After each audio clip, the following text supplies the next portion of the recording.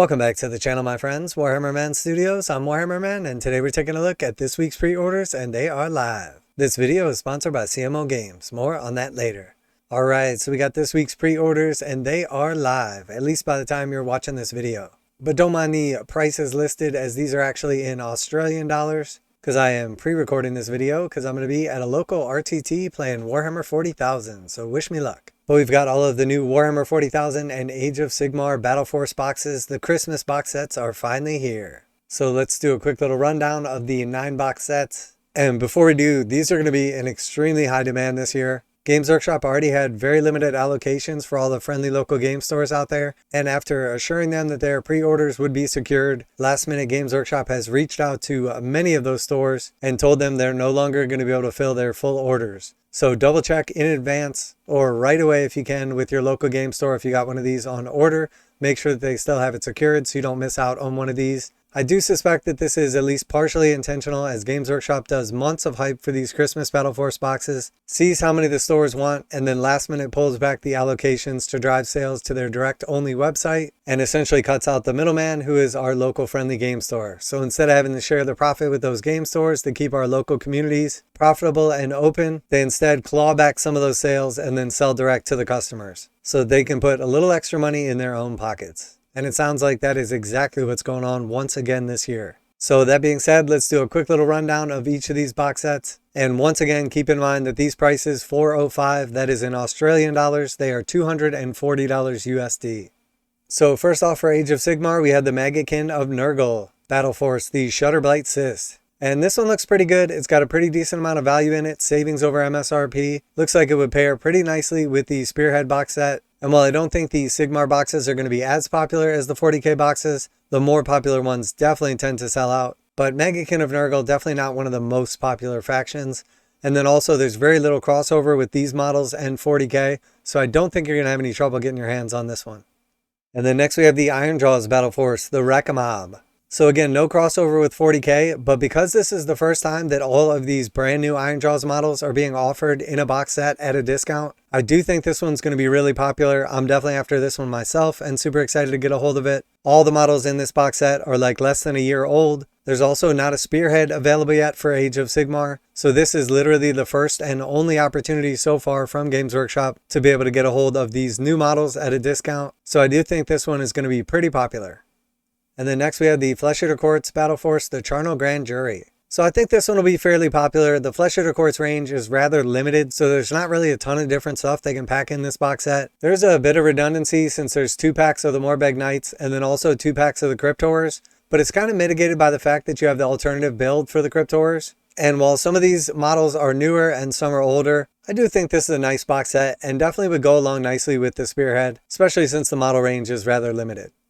Alright, and then next we have the Cities of Sigmar Battleforce, the Founding Foray. So this one is pretty good. It's definitely one of the more valuable, like, price-saving boxes for the Age of Sigmar range. It has a nice selection and a great starting army. I also think it would pair fairly nicely with the Spearhead, although there is a bit of redundancy with the Spearhead box. But realistically, the kits that you get multiple sets of are most likely kits you're going to want multiples of anyway. So I do think this is a really nice box. It's definitely got a lot of flavor to it. Once again, all these models are from the new stuff, which is literally less than a couple of years old. So probably going to be one of the more popular Age of Sigmar boxes, and very cool. And then moving over to Warhammer 40k, we have the Imperial Knights Battleforce, the Valourstrike Lance. So apparently there's been a lot of confusion about this box set.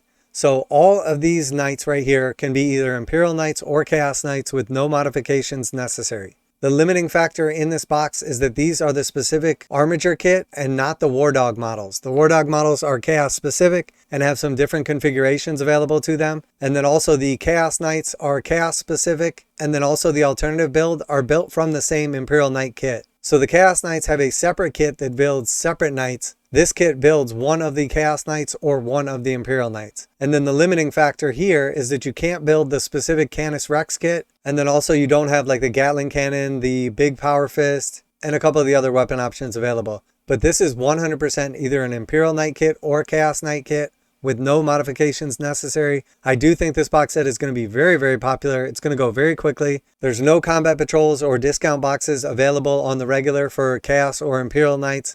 So whenever they put up a box set with discounted knights in it, they always are very popular and sell very quickly. It's also about 1,000 points worth of knights, so it's about half of an army for what amounts to $240 USD. Now a quick word from today's sponsor, CMO Games. CMO Games carries a full range of Games Workshop products including miniatures, paint, terrain, tools, and more. They take pre-orders for most Games Workshop new releases as early as possible, usually 12:01 a.m. Eastern Standard Time. CMO Games offers 15% off of MSRP for most all Games Workshop products and offer fast free shipping to the continental United States on orders over $50. Most orders ship out within 24 hours. You know their customer service is top-notch as they've been selling games online for over 20 years. Use the affiliate link below and let them know that Warhammer Man sent you. Alright, and then next we have the Necron Battleforce, the Hypercrypt Legion. So again, another really nice box right here. We have a beautiful centerpiece model in the Catan Shard Void Dragon. We've got a nice selection of elites, basic infantry, and then also a character as well. And this one will pair very nicely with the Combat Patrol for Necrons. And if you haven't checked out some of the videos over on TableTop Bros, we did essentially like building up from the Battleforce 1,000 points and then 2,000 points. Some of the options, some of the detachments for all of the Warhammer 40k boxes. So when you're done here, jump over to TableTop Bros, our hobby and gaming channel, and check out those breakdown videos. So very nice box. I think this one's going to be very popular.